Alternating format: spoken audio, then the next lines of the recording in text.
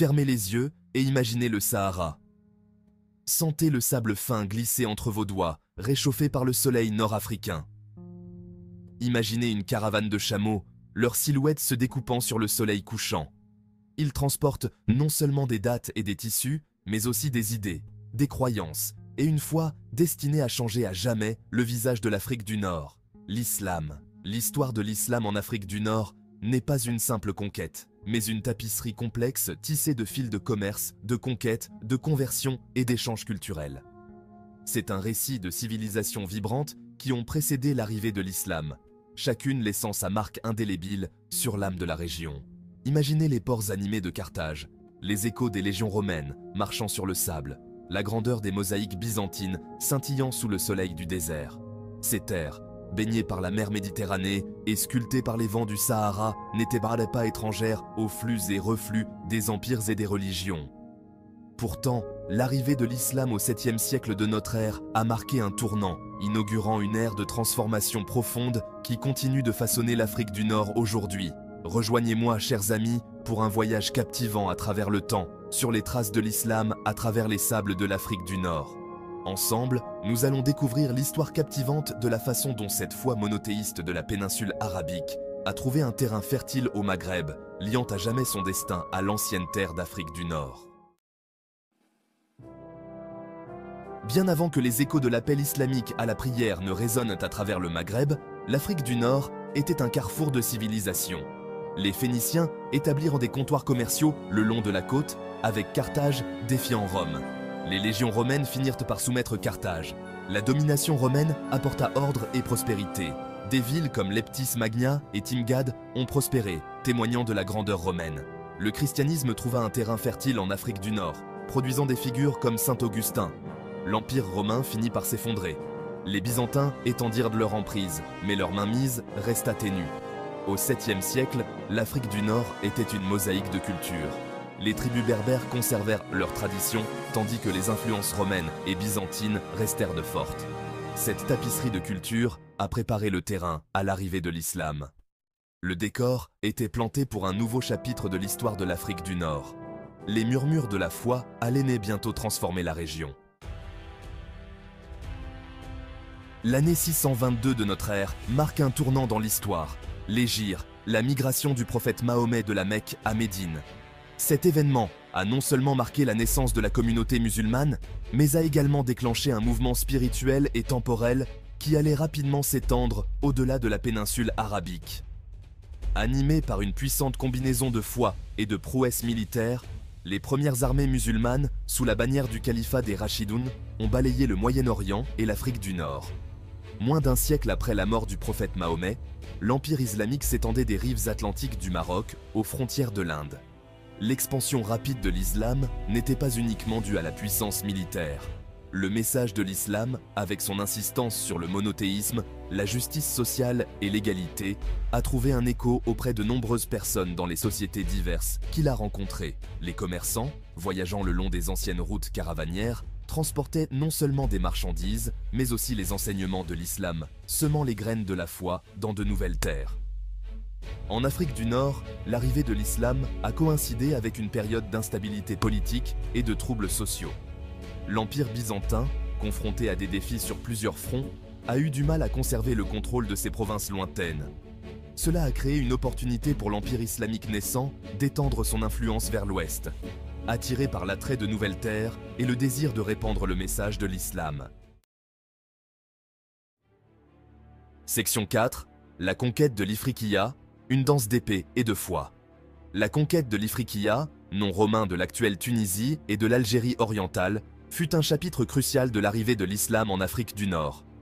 Mené par le brillant général Amr ibn al-As, les armées arabes musulmanes posèrent le pied en Ifriqiya en 647 de notre ère. Les forces byzantines, bien qu'affaiblies par des conflits internes, opposèrent une résistance acharnée. Des batailles firent rage à travers les plaines d'Afrique du Nord, avec le choc des épées et les cris des guerriers résonnant à travers les siècles. La bataille de Sufetula, en 647 de notre ère, marqua une victoire décisive pour les armées musulmanes, affaiblissant le contrôle byzantin sur la région.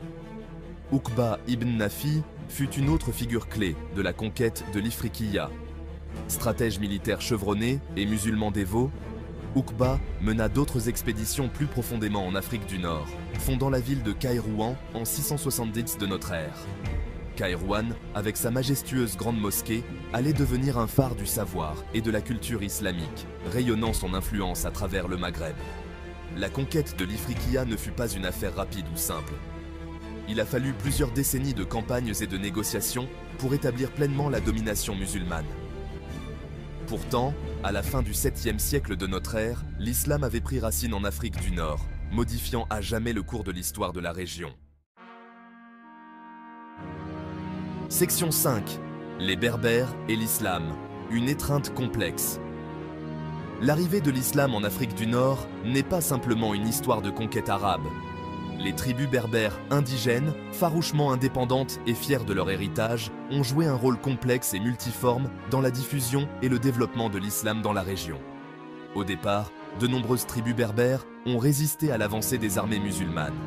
Ils se sont battus avec acharnement pour protéger leurs terres et leurs traditions, s'engageant dans des décennies d'escarmouches et de révoltes contre les dirigeants arabes nouvellement établis. Cependant, au fil du temps, de nombreux berbères ont été attirés par le message de l'islam, trouvant un écho à son insistance sur le monothéisme, la justice sociale et l'égalité. La conversion des tribus berbères à l'islam fut un processus graduel, souvent lié à des alliances politiques et à des changements sociaux. Certains chefs berbères voyant dans la conversion un moyen de consolider leur pouvoir ou d'accéder aux réseaux commerciaux. D'autres ont été véritablement inspirés par les enseignements de l'islam et ont cherché à intégrer ces principes dans leur propre cadre culturel. L'adoption de l'islam par les Berbères a eu des conséquences profondes sur l'avenir de l'Afrique du Nord et de l'Europe. Elle a créé un nouveau sentiment d'unité et d'identité, transcendant les frontières tribales et forgeant un lien religieux et culturel commun à travers la région. De plus, les Berbères allaient jouer un rôle déterminant dans la poursuite de la propagation de l'islam, transportant la foi à travers le détroit de Gibraltar et dans la péninsule ibérique, contribuant ainsi à l'essor de l'Espagne islamique. Section 6. Une renaissance culturelle, l'héritage durable de l'islam. L'arrivée de l'islam en Afrique du Nord ne fut pas une simple modification des croyances religieuses, mais un tremblement de terre culturel qui se répercuta sur tous les aspects de la société. La langue arabe, véhiculée par les érudits, les marchands et les administrateurs, devint la langue de l'administration, du commerce et du savoir, laissant une marque indélébile sur le paysage linguistique de la région.